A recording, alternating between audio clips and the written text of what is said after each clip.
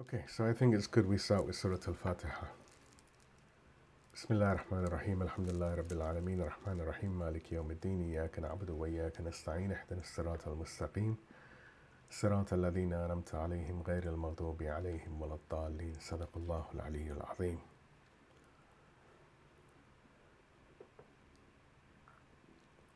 أعوذ بالله السميع العليم من الشيطان اللعين الرجيم بسم الله الرحمن الرحيم الحمد لله رب العالمين وصلى الله على سيدنا محمد وعلى آل بيته الطيبين الطاهرين ولعن الله على أعدائهم أجمعين من الأولين والآخرين آمين يا رب العالمين أما بعد السلام عليكم ورحمة الله.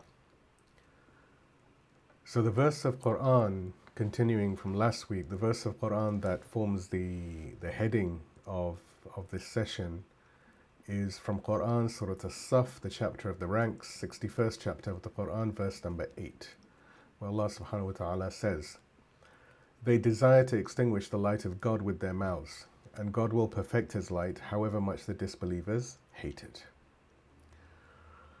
So last week we opened on that verse and we spent the whole night inside the first half of it. They desire to extinguish the light of God with their mouths.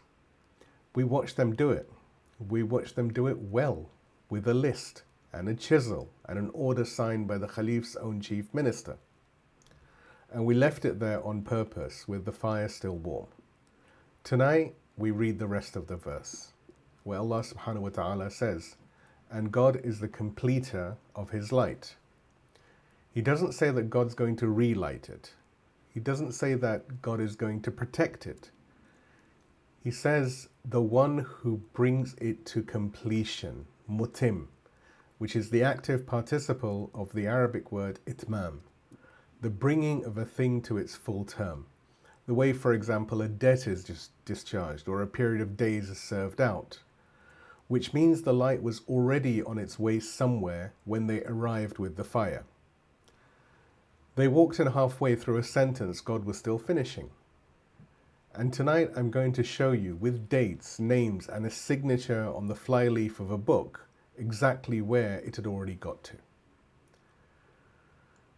So let me put the question of the evening in front of you before we start, because it's a practical one and it's about all of us. Last week ended with everything gone, the notebooks, the teaching chair, the banners, the words off the doors, a man hiding in fear for his life in a city that had described it did not want him, that had decided rather that it did not want him. By every visible measure they had won. And here's the thing I want you to hold on to, because it's the strangest fact in this entire sub-series. Not one of his major works was lost, not a single page. 1,000 years later, 2 of the 4 books of our entire jurisprudence stands on are his, Shaykh al-Tusi, and you can buy them in the seminary and at other places like this. So they burnt everything and they destroyed everything. Or rather, they burnt everything and they destroyed absolutely nothing. So, how? That is the whole of tonight. And the answer is not a miracle, and it's not blind luck. And it's not that somebody hid a box in a cellar. The answer is a piece of paper and a habit, and the fact that they had already lost before they had lit the fire. Please give me a salawat and we move to the recap of the previous session.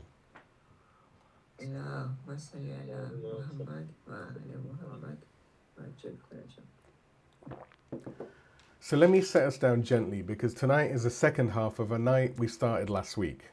And perhaps some of you were not here for the first half. We're in the architecture of guidance. This is the 11th part. And inside it, we're in a sequence of 10 sessions called The House Beside the Grave, asking one question, but from many sides. How does the guidance of the Imam of our age, may our souls be his ransom and may God hasten his return, reach us while he is absent? Tonight is the third of those 10, and it is the direct continuation of last week. So 3 things from last week, and you really need all 3 of them. Firstly, the man, Shaykh Abu Ja'far Muhammad ibn al-Hassan al-Tusi, whom our tradition calls Shaykh al-Ta'ifa, the Shaykh of the community. A boy from Tus in Khurasan who came to Baghdad in the year 408 of the Hijrah and never went home. 2 of the 4 books of our jurisprudence are by his own hand. A chair of theology in the capital of the Muslim world. Second, the fire. Between 447 and 449, that city turned. Black banners raised over Karkh by order. A line struck out of the call to prayer at the shrine of the 7th and 9th Imams. Peace and blessings be upon them. The line being, Muhammad and Ali are the best of humankind. It was chiseled off the doors of private houses. A draper was killed at his own shop for displaying what he was openly. And in Safar of 449, his house forced his notebooks and his teaching chair dragged into the streets with 3 white banners of the pilgrims of Karkh carried to Najaf. All of this was burnt, more than once, in front of a crowd. Third, and this is the one tonight turns on, we said last week that what a tyranny reaches for first is a precise inventory of what it is afraid of. They took the voice, the confession, the direction, and the transmission. Somebody had understood us, meaning understood the Shia, and they had made a list. And tonight we find out that that list was incomplete. Because there was a 5th thing, and it was not in the house, and it was not in the city, and there was no real way to put it on any list at all. And it brings us, as it does every week, to the question this entire series has been asking since session 61. What are you building and what are you becoming? So tonight, what he had built without anybody noticing that could not be reached. Please give me a salawat. We move to the first point, which is he left and he sat down again. Allahumma salli ala Muhammad wa ala Muhammad wa ajil faraja. So before I go a single step further tonight, I have to correct something I told you 2 weeks ago. Not last week, but in the first of these sessions. The night we spent building the man, Shaykh al-Ta'ifa or Shaykh al-Tusi. And I want to say plainly why I'm doing it here, out loud, in front of everyone, rather than quietly amend a document and hope nobody notices. We, as a principle, do not edit what we have published. We correct it. We say that we have corrected it and we leave the mistake where anybody can see it. That isn't some sort of strange modesty, but it's the only way this works. This series asks you every week to check us. I sit here and I give you the volume and the page and I tell you the references in the write-up. These are not just mere pleasantries. I'm serious. More so, every word I say is on my neck in the eyes of God. And so when I write or deliver a sermon, it must be with responsibility. And that requires that when I have made an error, a mistake, that I'm open and I'm honest about it. That perchance, God willing, He will forgive me. And no one will be misguided or misled by it. A man who asks to be checked and then quietly fixes his own record has silently withdrawn the offer. And there is a word for that. Every researcher who has ever lived has been wrong in print and at times. The honourable ones say so and carry on. The other kind attempt to defend it. And by the second defence, they are no longer looking for what is true. Rather, they're looking for what saves them. So, 2 things. The first mistake. One of them is a mistake of fact. The first is straightforwardly wrong. That night, I told you that Shaykh al-Tusi spent 39 years visiting a grave in Baghdad every month. That figure is not in the text.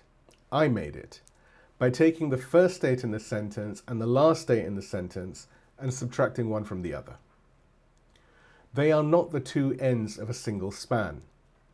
And I will show you exactly where I went wrong, because how a mistake is made is more useful than the mistake itself. And the second mistake. The second is not a false statement, and it is the one I'm a lot more disturbed by. I never told you whose grave it was.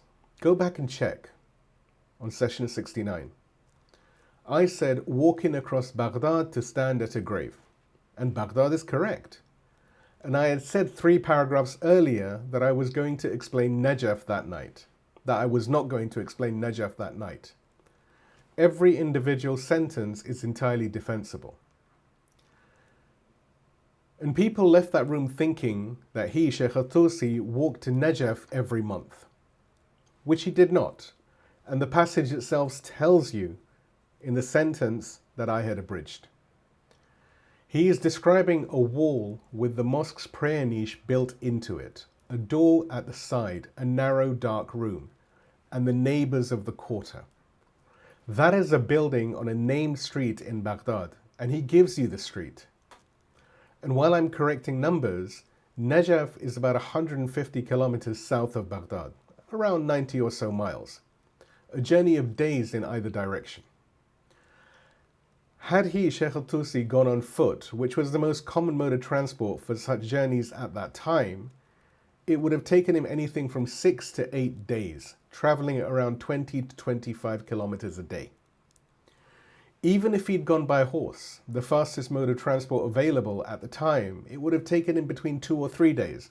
Perhaps if he rode very urgently, he could have made it in 2 days or maybe 1.5 days. There's a table in the write-up breaking down these times and distances as a reference, and you can find them in the write-up. Now, a sentence can be true and still hand somebody the wrong picture.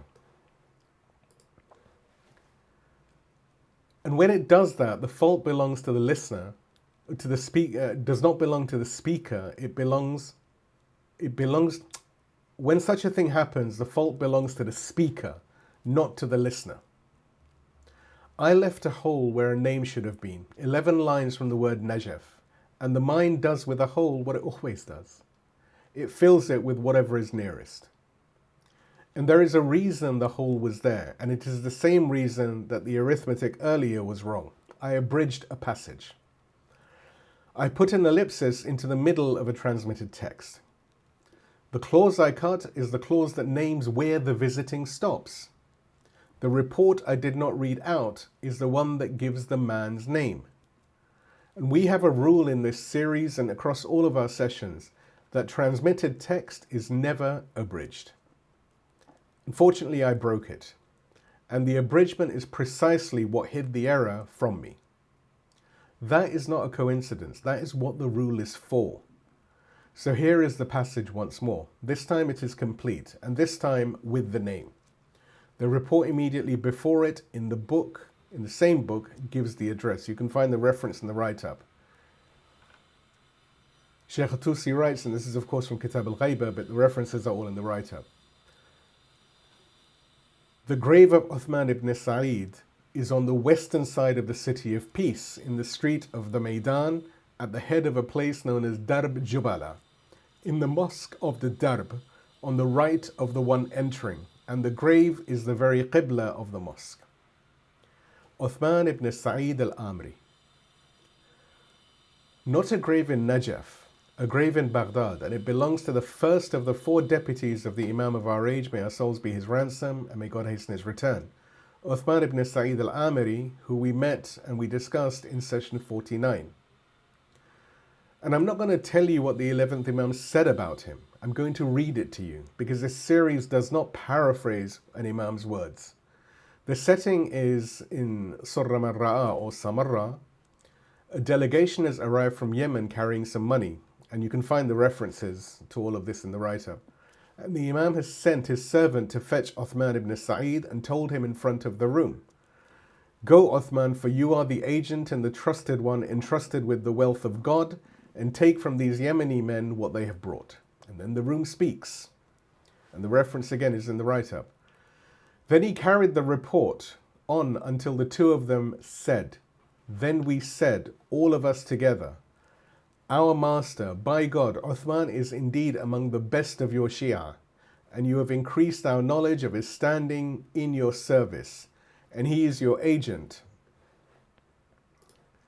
and he is your agent and your trusted one over the wealth of God, exalted is he.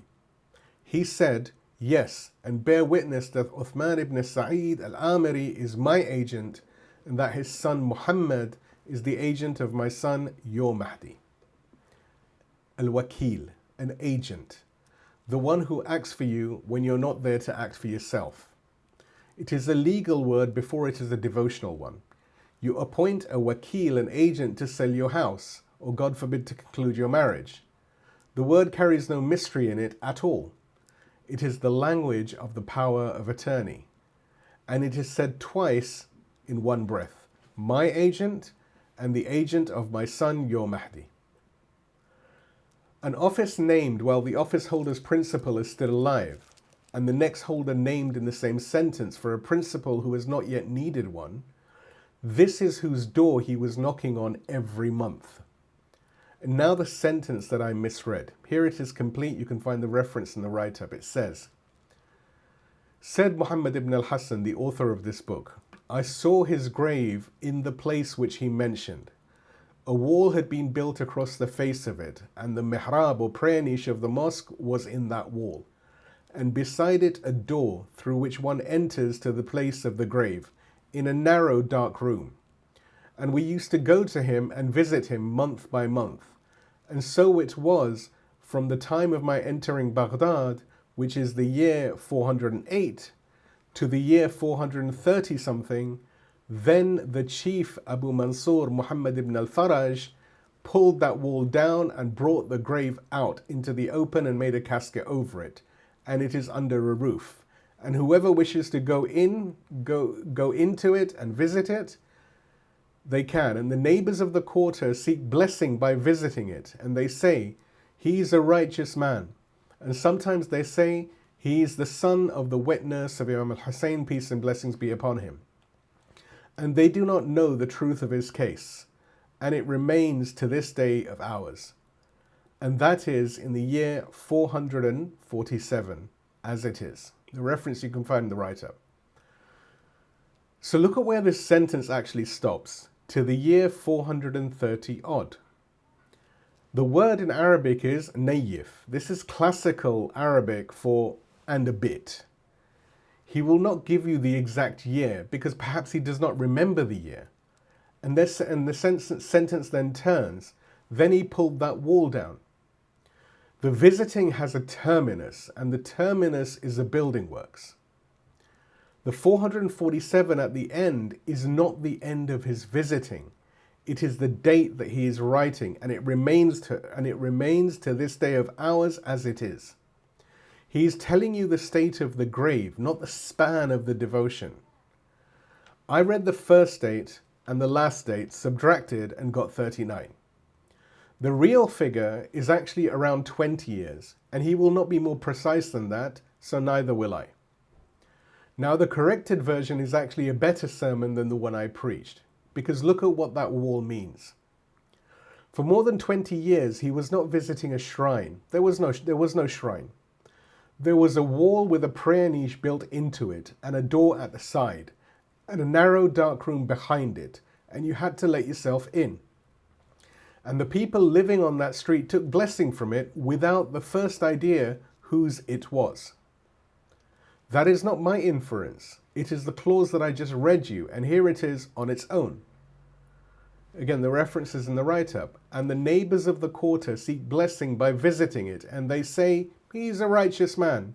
And sometimes they say he is the son of the wet nurse of Imam al-Hussein, peace and blessings be upon him. And they do not know the truth of his case. They seek barakah or blessing from it, not curiosity, devotion or blessing. And they do not know the truth of his case. Which is, if you think about it for a moment, the condition of every one of us in front of the Imam of our age, may God hasten his return and may our souls be his ransom. A hidden grave visited monthly by a man who had spent his life serving the cause of teaching and indeed writing one of the most seminal books on the hidden Imam. 20 odd years of standing in the dark in front of somebody who is not there and whose importance nobody around you can see. He was not preparing to write Kitab al-Ghaiba, the book of occultation, but nobody has ever been better prepared. And before he lost anything, he left us a date in his own hand. In Kitab al-Ghaiba, the foundation work of our school on the occultation, he's answering an objection about the age of the Imam of our time. May our souls be his ransom, may God hasten his return. And in the middle of the answer, he stops to say what year it is. He writes, Shaykh al-Tusi writes, you can find the reference in the write-up. Because on your account, he is at this present time, which is the year 447, 191 years old. For his birth on your account was in the year 256. 447. That is the year Tughril Beg entered Baghdad. He is writing the book in the middle of it.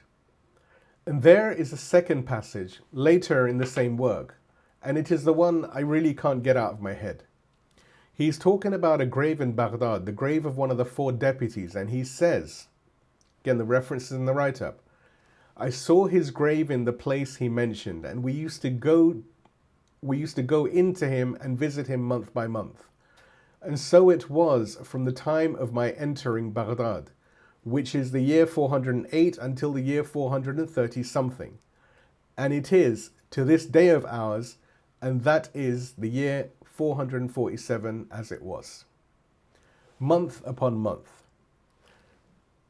The word is built on the word shahr in Arabic, a month.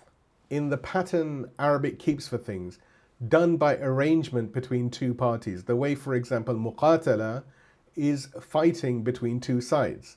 He's not saying he went often. He's saying that he and the grave had an arrangement.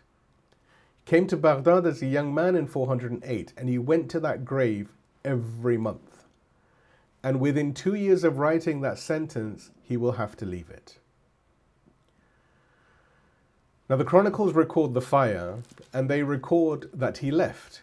He went into hiding, and he went into hiding in fear for his life, as we read. And then he moved south and settled at the shrine, and he taught. And now I have to tell you something about that move, and it's the kind of thing that we normally, unfortunately, leave out. Not one chronicle says, and therefore he went to Najaf. They record the fire, then separately they record that he left. The line between these 2 facts is drawn by us, and it is not drawn by them. And it's a very reasonable line to draw. A man's house is broken into twice in 2 years, at least twice in 2 years. His life's tools are burnt in the street, and then he leaves the city. You do not need a document for that, but I'm telling you that it's an inference and not a record, because I would rather you trusted me on the next thing that I say. So what is documented is enough. Let me tell you why. 447, he is working in Baghdad and dates the book himself. 448, he flees, the house is plundered. In Safar of 449 is the burning. In 450, he goes out with his family and his children to the grave of Imam Ali ibn Abi Talib, peace and blessings be upon him, at Najaf. In 455, he is at the shrine dictating, and I will come back in a few moments to exactly how firmly I can say that. 6 years after the fire, he has a class again. 456 to 458, and probably earlier, he's dictating the amali, which means the dictations, and his son is writing them down. And I can put the book in front of you because I had it open when I was preparing this. And it's very interesting. Volume 1 is arranged in parts, and every part is headed with the month that he dictated in. For example, and you can find all the references in the write-up, the 8th part, which is dictated in Safar of the year 456, and in it are 54 hadith. Or the 11th part, which he dictated in Jamad al-Ula of the year 456, and in it are 106 hadith. He dictated it. And that is the verb the book is named for itself. The word is amali, which means dictations. He didn't write it. A man speaking slowly enough for the room to keep up. And now turn to where the 11th part actually begins, on page 291. and read the first line of it, because the chain tells you where the room was. It says, and you can find the reference in the write-up, "We were informed by the most illustrious Shaykh, the Imam al-Mufid, Abu Ali al-Hassan ibn Muhammad al-Tusi, may God be pleased with him, at the shrine of our master, the commander of the faithful, Ali ibn Abi Talib, God's blessings be upon him and his family, who said, there narrated to us the Shaykh, the felicitous Imam, my father, Abu Ja'far Muhammad ibn al-Hassan ibn Ali al-Tusi, may God be pleased with him, at the shrine of our master, the commander of the faithful, Imam Ali, God's peace and blessings be upon him, in Jumad al-Ula of the year 456. Pause on that for a moment, because it is the whole session in a single sentence. At the shrine of our master, the commander of the faithful. Mashhad. The place where somebody is witnessed. It is the same root as Shahada, the whole series that we had during the nights of Muharram and Arba'in. Notice who is speaking. My father. This is not some clerk minuting a venue. This is his son writing down where he took the book from his own father. And notice what is being recorded, because a man does not write unless it matters to him. Not just the date, but also the place, twice. He puts the shrine in the chain itself, the way another man would put perhaps a city or a mosque. 7 years earlier, they carried that father's chair into the street in Karkh and burnt it in front of the crowd, so that there would be nowhere for him to sit and nobody to sit in front of. And here is his son at a grave in the desert writing down the address. And then look what happens by volume 2. The parts become a weekly class, and the headings start giving the days. For example, you can find the reference in the write-up. The session of Friday, the 4th of Muharram in the year 457. And then the next Friday, and then the one after that. The index of that volume is literally a list of Fridays, the 26th of Muharram, the 11th of Safar, 17th, the 24th, the 9th of Rabi al-Awwal, the 16th, the 23rd, the 30th, on through Rajab and Sha'ban and the month of Ramadan and out to the other side of the year. For example, session of Friday, the 6th of Safar in the year 458. Reference again is in the write-up. Stop and see what you're looking at. This is not a man who has survived something. That is a diary. Friday, Friday, Friday. A room, a date, a number of hadith, and a son at the side with a pen, for more than a year without a single gap. They took his chair in Safar of 449. By Muharram of 457, he's running a weekly class and someone is effectively minuting it. Muharram of the year 460, 1067 of the Common Era, he passes on, he dies. Our later biographers give the 22nd of the month of Muharram, but the chronicles do not, so I will say Muharram and leave the day where I found it. And by his own will, he is buried in his own house. And the house is made a mosque. Now count with me. The fire in the street to the first dated dictation at the shrine, 6 years. Then he taught there another 5 and died in the room. From the fire to the grave, 10 years and 11 months. Call it 11 years nearly. They emptied a house in Karkh, and he answered by building a house beside a grave and never leaving it. And the books are still here. Tahzib al-Ahkam, al-Istibsar, al-Tabyin, al-Nihaya, al-Mabsut, al-Fihrist, al-Rijal, Kitab al-Ghaiba, Misbah al-Mutahajjid, and of course the Amali. And you can find information about what these books are about in the previous sessions, particularly session number 69. Every one of these are on the shelves of scholars and many other shelves across the world tonight. 2 of them are among the 4 books on which our entire jurisprudence stands. Not one work of his first rank is lost. They burnt his notebooks in the streets, publicly, more than once, and the corpus did not lose a single page. Now the question that comes to mind is how? But before we get to that question, let's look at some lessons for our time. The one lesson, and it's the only one this point needs, a defeat becomes a founding when somebody keeps working inside it. not because it was a defeat. Exile is usually just exile. Most people driven out of a city are simply people who were driven out of a city and nothing is founded, and we do not even know their names. He did not go south to found anything. He went because his house had been broken into and his life's tools were ash in the street.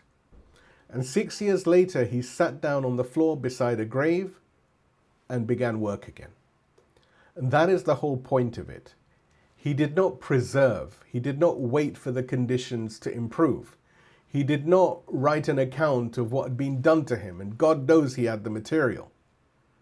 He went back to the ordinary work in a different room in front of fewer people.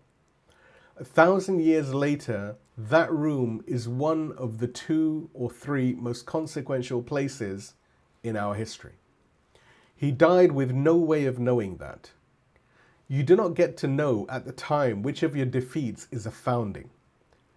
You only get to choose whether you are still working when that answer arrives.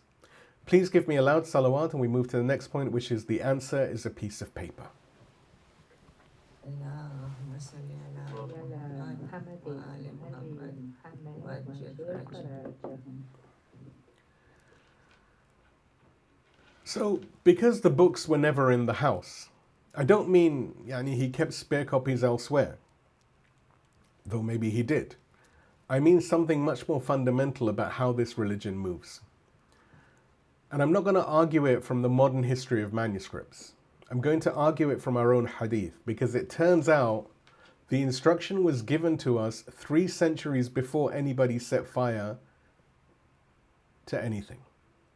There is a chapter in Al-Kafi, in the book of the excellence of knowledge, in a chapter called the chapter on the transmission of books and hadith.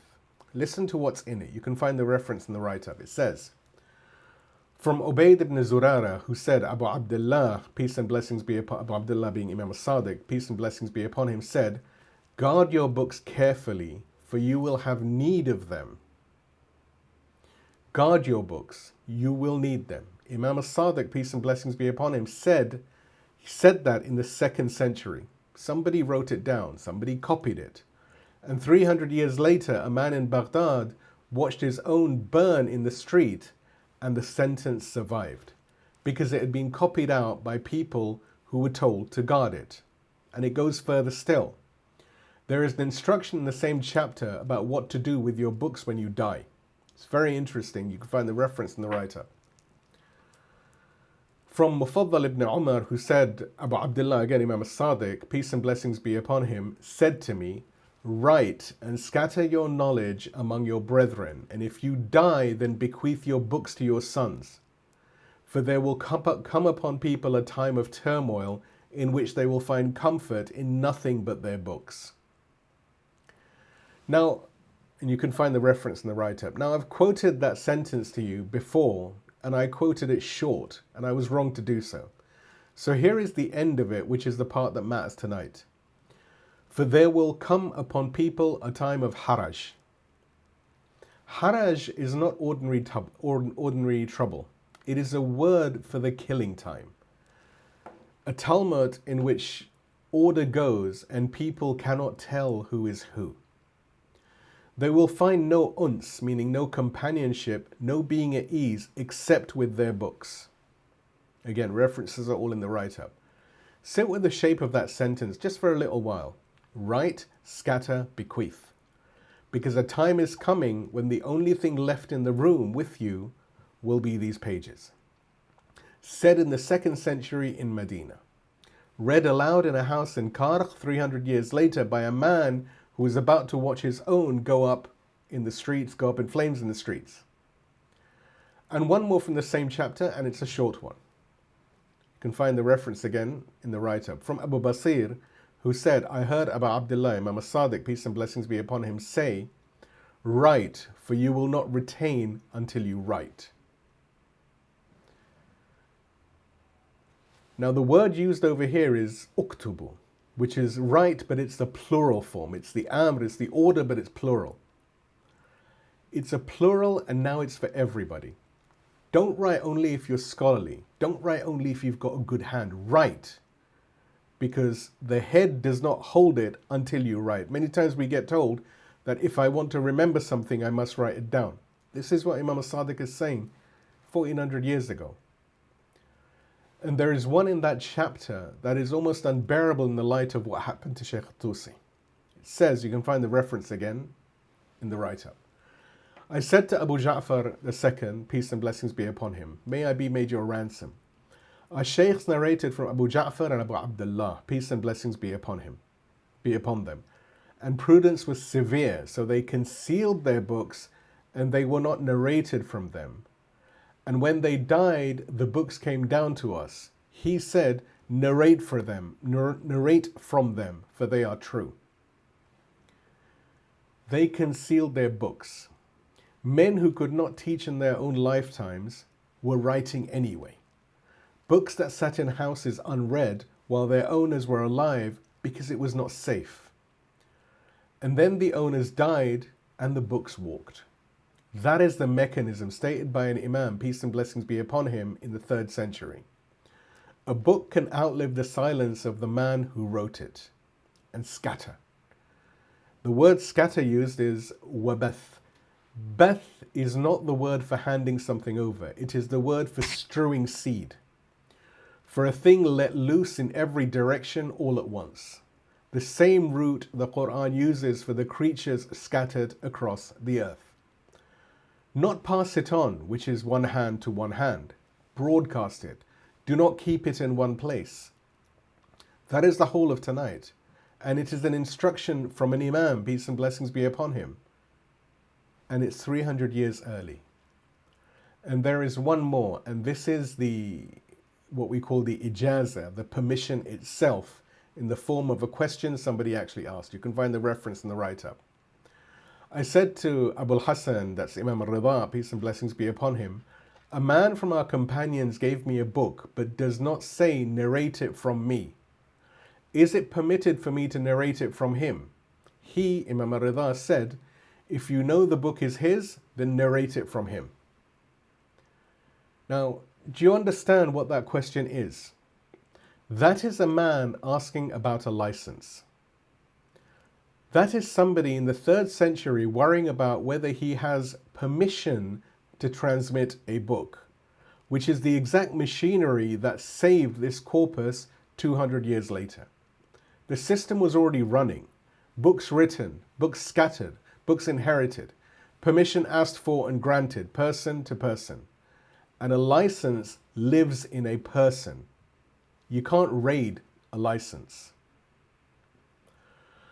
Now let me stop being a little bit poetic and tell you what an Ijaza physically looks like, because this matters and it will matter in future sessions as well. And this word is quite a common word. It's thrown around a lot by many people. But this is the basis. Whenever you hear the word Ijaza, this is the baseline. This is where it originates from. It was a few lines of writing. And in this period, it was usually not filed anywhere at all. It was written on the book itself. You can find the reference to this in the write-up. During the early period, the Ijaza or license was usually written upon the flyleaf of the book being studied. Understand what that means practically. The permission and the text travel in the same bag. There is no separate register to seize, no office to raid, no archive to burn. If a man has the book is carrying its own authorization on the inside of the front cover. And what is written upon it? Again, you can find these references in the write-up. Finally, the Ijaza normally ends with a prayer, date of issue, and the ratification, the professor's ratification of the Ijaza, either by way of seal or signature or both. Yet the institution where the teaching has taken place is very rarely mentioned. And this is important, and it will become more important in future sessions. The institution is rarely mentioned. A prayer, a date, and a signature of a man. And now the sentence that I really want you to take home from this whole point, and it's written by a modern historian of Islamic education, not by us. You can find the reference in the write-up. He says, Interestingly and uniquely, the authority and competence resided in the alim, the learned man. Throughout its history down to modern times, the Ijaza remained a personal act of authorization, from authorizing alim to the newly authorized one. The sovereign power had no part in the process. Neither Khalif, nor Sultan, nor Amir, nor Qadi, nor anyone else could grant such an Ijaza. Think about that list again slowly and think about the year 449. Not the Khalif. The Khalif's own chief minister signed the order that took the names off the doors. Not the Sultan. The Sultan was the new power in the city and had entered it in the month of Ramadan 2 years before. Not the Amir, not the judge. Every single authority that could reach into Karkh and burn a chair, not one of them could issue, revoke, cancel or invalidate a single one of these ijazat, these pieces of paper. They did not have the power. It was never theirs to have. The state can burn a building because the state can reach a building. It has never been able to reach a license because the license is not a place. It is a relationship between two men, one of whom has already left. And this is not a devotional reading.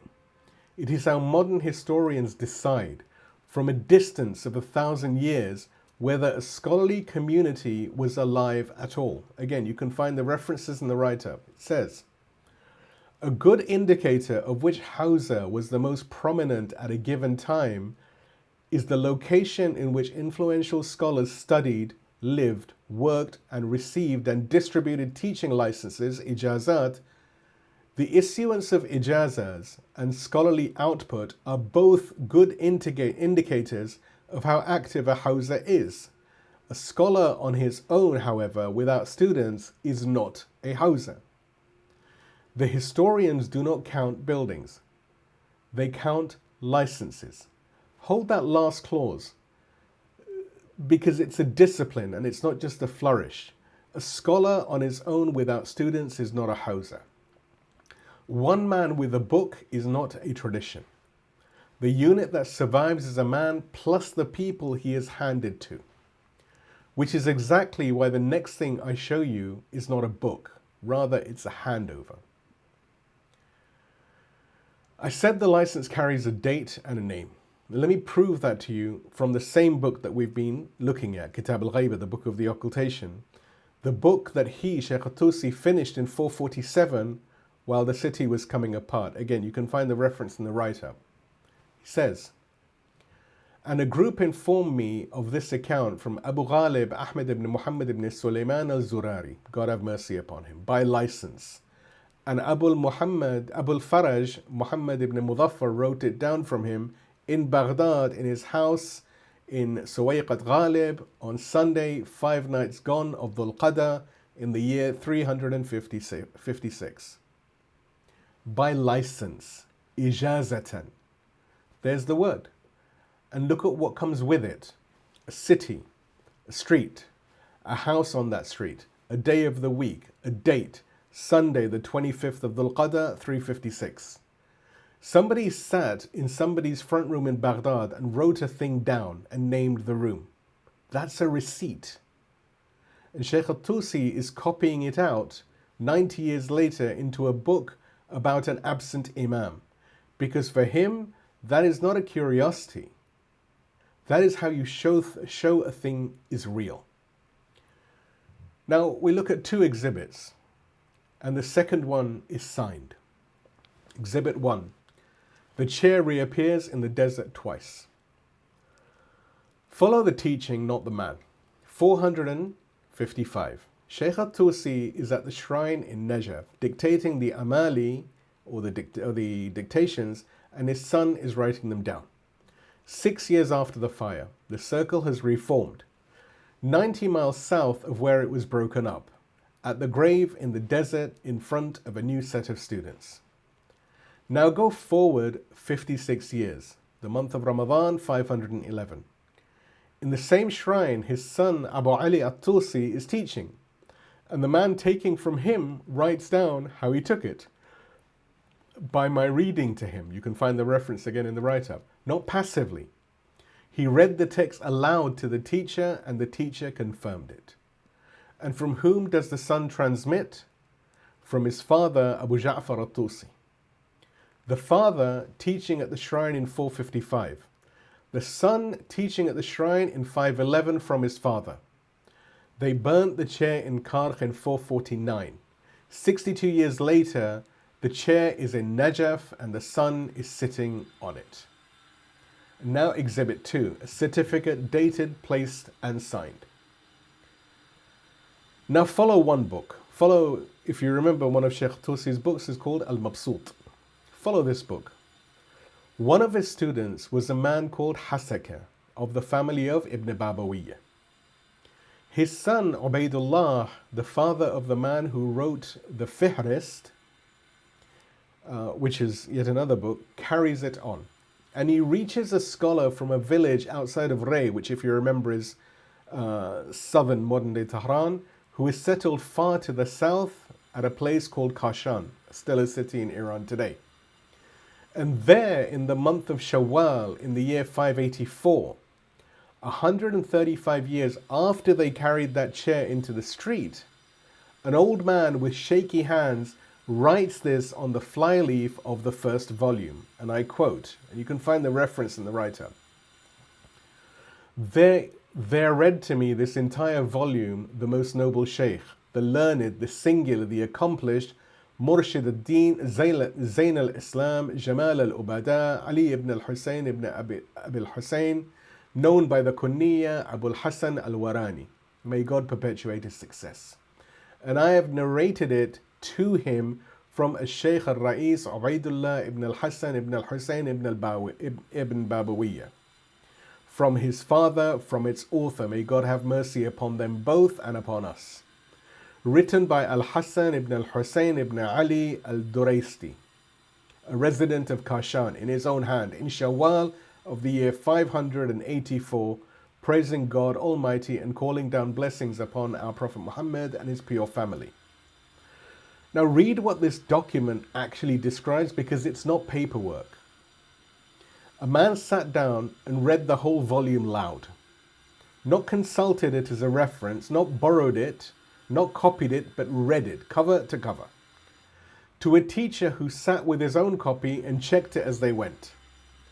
And when it was finished, the teacher wrote on the book, he read to me. And here is who I had it from Ubaidullah, from his father, from its author, 4 names. And the 4th is the man whose chair they burnt. Now look at where these men are standing. The book was written in Baghdad. It is signed at Kashan, 400 miles to the east, give or take. And the man who came to read it had traveled down from a village outside of Tabriz, yet another 400 miles towards the north. 400 miles in, 400 miles out. And the thing in the middle is the book. A mob was ordered to burn. That is the answer. You cannot burn that. There is no house to break into, no library to raid, no chair to carry into the city. There is no building because there was never a building. There is an old man with a bad hand in a town nobody was watching, certifying to a man who had walked 400 miles that he had read the book properly, and here is the line it comes down. 135 years, and the fire had not reached it, because the fire was never going to be able to reach it. And that is doctrine. It is not an accident. The hadith says so. And I'm going to read it complete because it is longer than the line everybody normally quotes. And the rest of it is the proof. It's from Al-Kafi. You can find the reference in the write-up. Ali ibn Ibrahim, from his father, from Hamad ibn Isa, from Al-Qadda, from Abu Abdullah, peace and blessings be upon him, who said, the messenger of God, peace and blessings be upon him, his family and his righteous companions said, whoever travels a road seeking knowledge upon it, God travels with him a road to the garden, and the angels lower their wings for the seeker of knowledge in approval of him. and there seeks forgiveness for the seeker of knowledge, everyone in the heaven and everyone in the earth, even the fish in the sea. And the excellence of the scholar over the worshipper is like the excellence of the moon over the rest of the stars on the night of the full moon. And truly the scholars are the heirs of the prophets. The prophets bequeathed neither dinar nor dirham. They bequeathed knowledge. So whoever takes of it has taken an abundant portion. Heirs. Not curators, not librarians, not caretakers of a collection. They left no money. Money can be seized. They left knowledge. Inheritance is a transfer between persons. It does not happen in a building, and it cannot be held in one. The hadith is not a compliment paid to scholars. It is a description of the delivery system.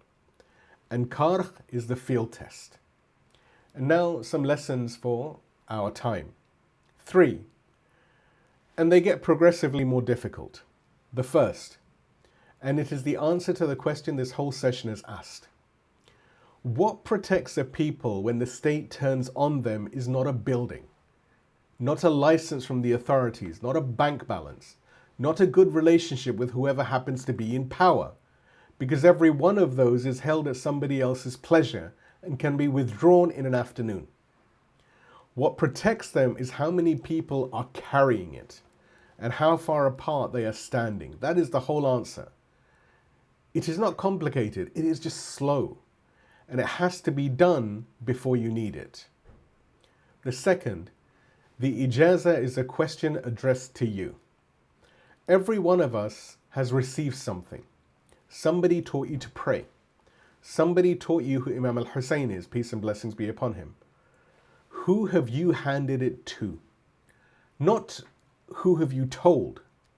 Who have you handed it to? In a form that would survive you. Scatter your knowledge among the brethren, as we read earlier. It is an imperative verb. Somebody was told to do it and did, or none of this would have reached us.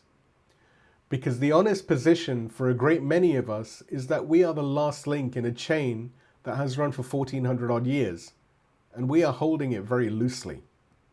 And the third, and underneath that one, what are you handing on? Because a chain carries whatever you put into it. I want to tell you about something I have watched happen from a pulpit. Not this one, and I'm not going to tell anyone where, when, or who. Because the moment I do, everyone will spend the rest of the evening working out a name, and everyone will lose the lesson. A speaker stood up at a time when a certain group was in the news for atrocities that turned the stomach of every Muslim alive on earth. And he told the gathering that the first caliphs were the originators of that group. That is, of course, garbage. It is not history, it is not scholarship, it's not even a serious argument. It is centuries of complicated events flattened and conflated into a sentence that you can shout. And you know what the room did? They loved it. They loved it because it fit. It slotted into the shape that had already been built in them over years by men exactly like him. And a thing that fits does not have to be true in order to be swallowed. It only has to fit. And his qualifications? He was popular. That was the entire basis of his credentials. Popularity is not learning. Popularity is not responsibility. And popularity certainly is not license. Now, I'm not the first to notice this man. The commander of the faithful described him, and he did it in the same conversation I'm going to close this majlis with. He said in the knowledge of his breath, he said he had knowledge in his breast, in his chest, that he could not find anyone fit to carry it. And then he listed the men who were not fit. Listen to the second one. Reference you can find in the write-up. Yes, I do find a quick learner, but he is not to be trusted with it. One who uses the instrument of religion for the world, who takes God's blessings as a means of superiority over God's servants, and God's proofs as a means of superiority over God's friends. It's from Najaf al-Agha. You can find the reference in the write-up. Quick to learn, not safe to be trusted with. 1400 years ago, and he has this man exactly. And our books are blunter still about what such a man does. References again are in the write-up. Whoever gives the people a verdict without knowledge and without guidance, the angels of mercy and the angels of punishment alike call down upon him the distance of God's mercy, and the burden of everyone who acts on his verdict follows him. The burden of everyone who acts on his verdict follows him. Every person in that hall who went home and repeated what he said, their share of it goes back to him. Now take the hadith I read you 20 minutes ago and use it the other way. I gave it to you as a description of the delivery system. The scholars are the heirs of the prophets. Use it as a test. If he is an heir, he has an inherited mission. And we spent 9 weeks on that mission in this series. You can go and find our sessions on prophethood on the website. So I will put it in one line that you can go back to these sessions for. You can go back to these sessions for the rest. Every prophet was sent to bring people out of the darkness and into the light. That is the job. That is the entire job description of the office that he is claiming to stand in. So ask it. Did that sermon raise anybody? Did one person leave more merciful, more careful with a story, better able to answer an objection, more likely to be trusted by a neighbor who does not share their faith? Or did a whole load of people leave with their existing anger polished and handed back to them like a gift? If it is the second, then whatever that man is, he's not carrying the inheritance. He's carrying something else. And he's handing that to people's children. Let me put it another way. A scholar is supposed to be a physician of the soul. So picture it properly. You go to your doctor and you say, "Doctor, I have a headache." And he does not ask you when it started. He does not ask you whether you've eaten something or how you've slept, how much water you've drunk, or what has been worrying you. He does not diagnose anything at all. Instead, he reaches under his desk, takes out a hammer, and he hits you over the head with it and says, "There you go. That'll take your mind off it." Would you go back to that doctor? Would you send your mother to him? Then why do we go back? Why do we keep filling the hall for such men with hammers? And why, when somebody actually diagnoses us, do we come away feeling he was a bit dry? And here's the part that should frighten us the most. A great many of the men holding hammers do not know that they are holding a hammer. They think they're healing.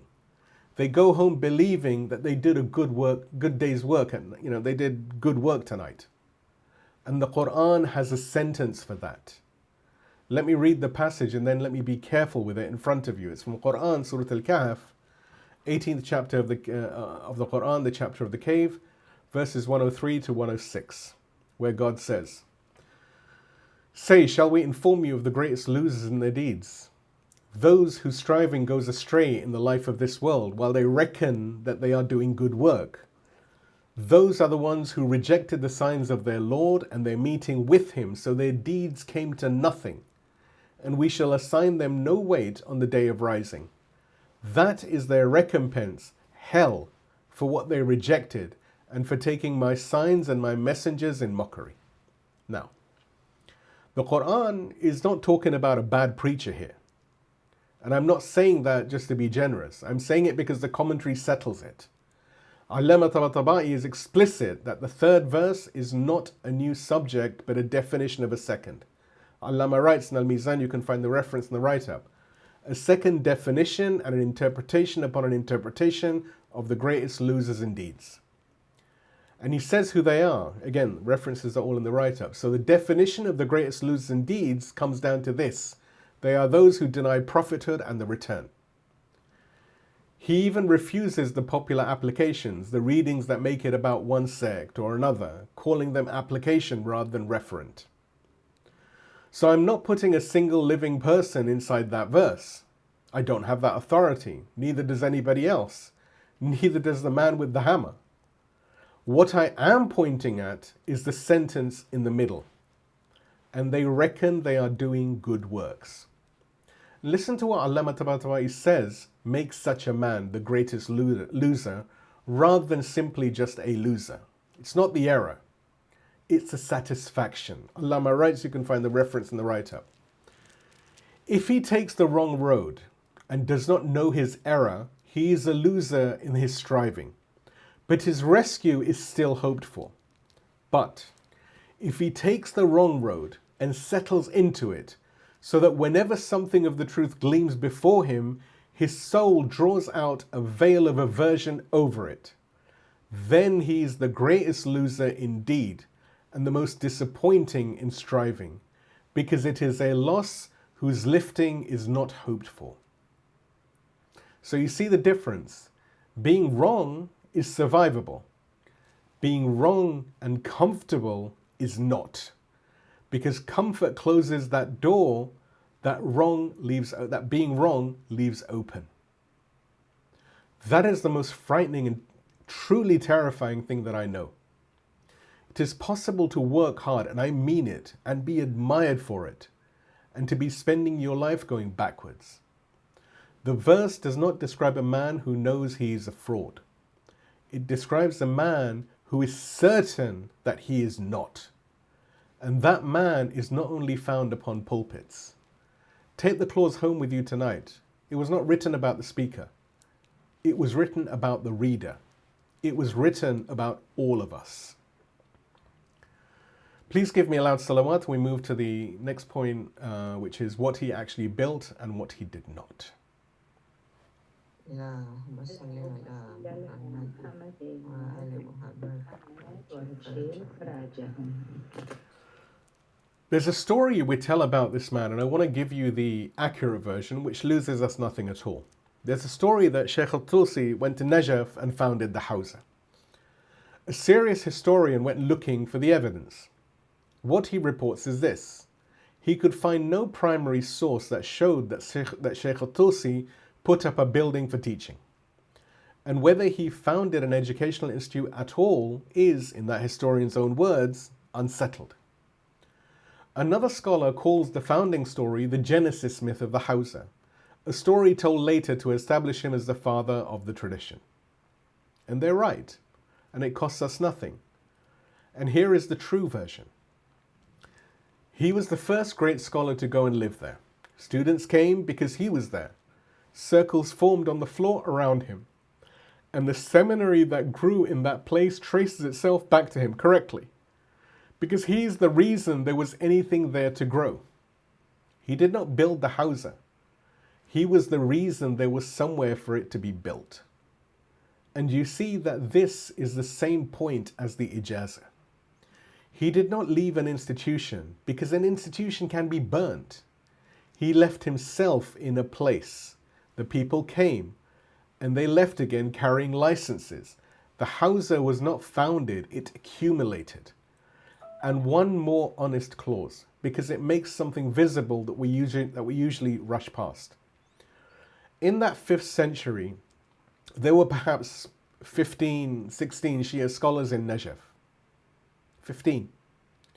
And Najaf did not become the preeminent center of our learning until the 13th century after the Hijrah. Rather, it was a seed. And it took 800 years. Sit with that, 800 years. This is the Mahdawi point, and we need it before the night is out. A fortnight ago, this little series was given its title by the calendar. The Prophet Muhammad, peace and blessings be upon him, his family and righteous companions, was buried in the room that he died. Today, of course, is his birth anniversary in the beginning of Unity Week. That house was the first house beside a grave. Tonight, it is given to us by an arson. They took his very house, yet he built another one next to a grave and would not leave it and told them to bury him inside it. And they did. and the house became a mosque, and it's standing even this evening. People are praying in it as we sit over here. And the lesson of the night, build the unburnable thing. Everything in this religion everything this religion built to be impressive has been leveled at some point. What has survived is what was distributed. So when you're deciding where to put your effort, and this is a real decision that this community has to make every single year, ask which of the two you are building. A building is a target. A person who has been taught properly is a copy that walks. Now the turn. There is a conversation in Najaf, and I've already read you one line of it earlier. The commander of the faithful, peace and blessings be upon him, took Kumail ibn Ziyad al-Nakhai, one of his close companions, by the hand and led him out of the city towards the graveyard. And when they reached open country, he drew a long breath and he talked to him about knowledge. He told him that hearts are vessels, and the best of them is the one that holds the most. He told him people are of three kinds: a scholar devoted to God, a learner on the path of deliverance, and a swarm of flies who follow every shouter and lean with every wind, who have never lit a lamp from the light of knowledge and never taken shelter beside anything solid. And then he says this. You can find all these references in the write-up. Imam Ali says, O Kumail, the hoarders of wealth are dead while they are still alive, and the scholars endure as long as time itself endures. Their persons are lost, and their likenesses are present in hearts. Their bodies are gone, their likenesses are inside people. That is the sentence this entire majlis has been walking toward. You cannot burn a likeness that is inside somebody. It goes on. The knowledge in his breast that he cannot find a carrier for, the quick learner who cannot be trusted with it, whom we met a few moments ago, the man who follows the truthful but has no insight of his own, in whose heart doubt catches at the first shadow of difficulty. And then those given over to pleasure or to hoarding, neither of them shepherds of religion in any respect. The nearest thing to them is grazing cattle. Thus does knowledge die with the death of those who carry it. That is the danger stated at full strength. Knowledge does die if the carriers die and nobody was licensed. And Imam Ali answers it.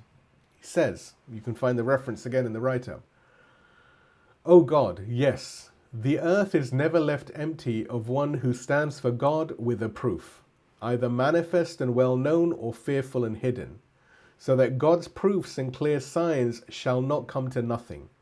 And how many are they? And where are they? Those by God are the fewest in number and the greatest with God in worth. God preserves through them his proofs and his clear signs, until they deposit them with their peers and sow them in the hearts of those like themselves. Do you hear the two verbs at the end? Until they deposit it. A deposit, a thing handed over for safekeeping, and sow it in hearts. That is the Ijaza described centuries earlier before anyone wrote it down on the back of al-Mabsut in Kashan. And notice the phrase in the middle. Either manifest and well known or fearful and hidden. Fearful and hidden. And what did we hear about Shaykh al-Tusi from the Sunni chronicler? And he went into hiding in fear of his life. That is the same phrase that the man in Kharkh in the year 449 and the commander of the faithful described the category more than 300 years before he was born. That is the architecture. That is why the sub-series is called what it is called. The Imam of our age, may our souls be his ransom and may God hasten his return, is in occultation. And guidance in his absence was not left in a vault or a library or a capital city, because every single one of those has been burnt at some point in the last 1,000 or so years, and some of them more than once. It was left in people deliberately because it was going to be tested by fire, and it was, and it held. They burnt 3 white banners because those banners pointed to a shrine. And I want to say this as carefully as I can. They were not wrong about the banners. They understood exactly what those banners were for. They were not stupid and they were not random. They looked at a community, identified the thing that gave it direction, and then attacked it. They were wrong about what a direction is made of. You cannot burn a road when the road is people. And every man who walked out of Baghdad in those years with a license in his bag was a yard of it. Guard your books, for you will have need of them, and scatter your knowledge among your brethren. 2 hadiths that we quoted earlier on. Until they deposit it with their peers and sow it in the hearts of those like themselves. It was all written down in advance. And now the verse, the second time, and this is the thing I promised you would hear in it. They desire, Quran, Surah As-Saf, the chapter of the rank, 61st chapter of the Quran, verse number 8. They desire to extinguish the light of God with their mouths, and God will perfect his light, however much the disbelievers hate it. And God will perfect his light. We open tonight on that clause. Now you have seen, inshallah, God willing, what it meant in a signature on a flyleaf in Kashan. And this is where I have to tell you the honest ending, because it is better than the triumphant one. It took 800 years. 15 scholars in a desert town, and 8 centuries before anybody could see what it had become. And God will perfect his light. It does not promise you that you will live to see it. It promises that it gets finished. The occultation was not his absence from us. It was our unreadiness to receive him. And the work of getting ready has never once been done in a building. Please give me a salawat and we move to the conclusion and key takeaways. اللهم صل على محمد وآل محمد وعجل فرجهم. So 3 things to take home. Firstly, they burnt the container and never touched the contents because the contents were not in a container. Not one work of his first rank is lost. And the reason is not that somebody hid it away in a box. It is that the books had already been read aloud, cover to cover, by named men who were given written permission to carry them onward. And those were men in Aleppo, in Tripoli, in Rayy, in Qom, in Kashan, and a village outside Tabriz. You cannot raid a license. There is no house to break into. Secondly, this was not an accident of history. Rather, it was instructed.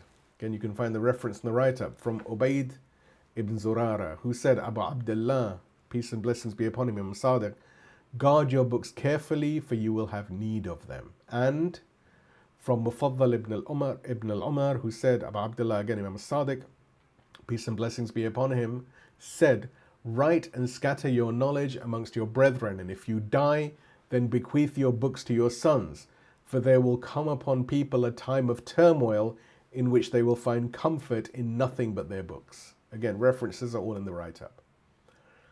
Those are not observations about what happened. They are commands given 3 centuries before that fire by the Imam, peace and blessings be upon him, to people who obeyed them. The system that saved this corpus was built long before anybody needed it. Thirdly, it took 800 years and it still counts. 15 scholars in a desert town, a seed, and 8 centuries before anybody could see what it had become.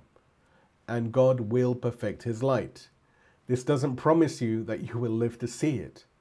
It promises that it gets finished. Which is the most, like I've said, the most Mahdawi sentence in the entire book.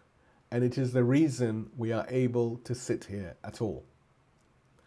Next week, God willing, we go to the place he walked to and ask the question nobody has yet asked. Why Najaf? And now, let me stay with him for a moment before we finish, because we've been using him to prove something, and he was a man. He came to Baghdad at the very start of the 5th century. A young man from Khorasan, he stayed 40 years. He sat under one teacher for 23 of them. He wrote until 2 of the 4 books this whole school stands on were his. He was given a chair, an actual seat in the capital of the world, and men came to it from 6 provinces. And he had a grave visited every single month for more than 20 years.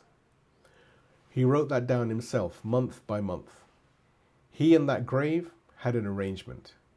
And then he lost all of it in under 2 years. The house, the notebooks, the chair, the city, the grave he'd been visiting since he was young. He had to go into hiding in fear of his own life. We are not told where. We are not told with what. In the Chronicles, it's just 6 words of his own city, and one of them fled. And then somewhere out on the road south, at an age when most men would have stopped, he sat down again. And that's the whole of it. That's all of it. That's the entire eulogy. He sat down again in a desert town beside a grave with a fraction of the audience and none of the standing, and started teaching. And a student wrote down the date and the place, because that is what they did. By dictation at the shrine of our master, the commander of the faithful, peace and blessings be upon him. 6 years after the fire, he had a class again. He never went back to Baghdad. He died in Muharram in the year 460. And by his own will, they buried him in his own house. And the house became a mosque, and the people are praying in it tonight. May God bless his pure soul, and may he be pleased with him and raise him along with those that he spent his life serving. And now we segue across to the Maqtal, but briefly the voice you're about to hear. Before it begins, let me tell you honestly about what you're going to hear, because you should never be in any doubt. This is not any reciter, this is not a person. It is a voice made for this series in clear English belonging to no living man. An imagining of the voice of the Imam of our age, may our souls be his ransom, and may God hasten his return, speaking from behind the veil of his absence. And it is a vessel for the words. It is nothing more than that, and we will not pretend that it's anything more than that. Last week he spoke about the workman and the chisel. Tonight he speaks about the chair, about standing in the street and watching 2 men turn it sideways to get it through a doorframe, about what he could see from where he was standing that the man with the torch could not. The men asleep in Aleppo and awake in Tripoli, each with a piece of paper in their bags. And then he does something we have not asked him to do before. He tells us how he knows. Because they came for a house before that one. They came for a door. They set fire to tents on a plain by the river with children inside them. They left the bodies 3 days. They carried heads through 2 cities. And the thing inside those tents walked out on the feet of the women. Please give me a salawat, and we segue across to the Maqtal, which is tonight titled The Chair. اللهم صل على محمد وآل محمد وعجل فرجهم.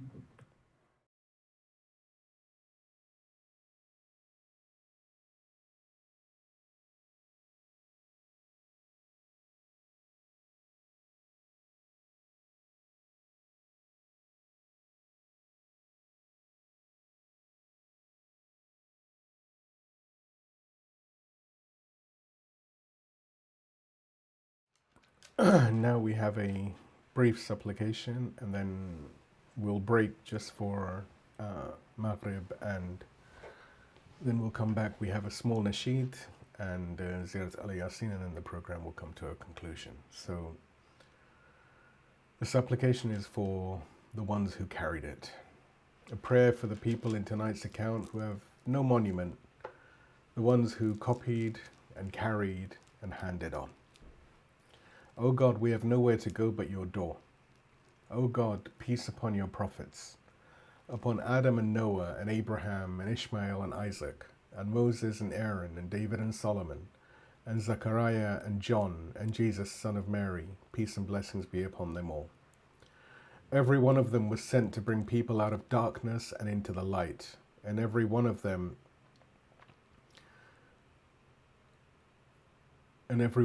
left no dinar or dirham behind. And peace and blessings be upon Prophet Muhammad and upon his family and his righteous companions, who was buried in the room that he died in, and gave this little series its very name. O God, peace be upon Sayyidah Fatima al-Zahra, in whose house his whole inheritance began. Peace be upon the commander of the faithful, Imam Ali, at whose grave a broken man built a house and would not leave it. Peace and blessings be upon Imam Hassan and Imam Hussein, the master of the witnesses. And peace be upon Imam Musa al-Kadhim and Imam Muhammad Jawad. Peace and blessings be upon them, over whose graves a government altered the call to prayer and could not alter what was in the mouths that said it. Peace be upon the Imams of guidance, one after the other. Peace and blessings be upon all of them, who told us to guard our books and to scatter our knowledge amongst our brethren, and who said it hundreds of years before anybody came with a fire.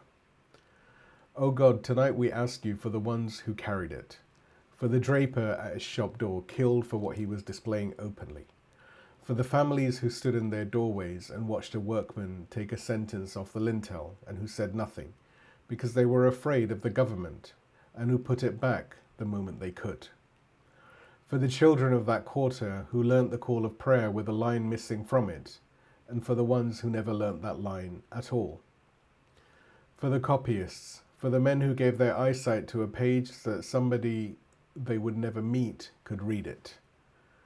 For everything that burnt in Bayn as-Surayn in that afternoon, and for the very hand that had written it.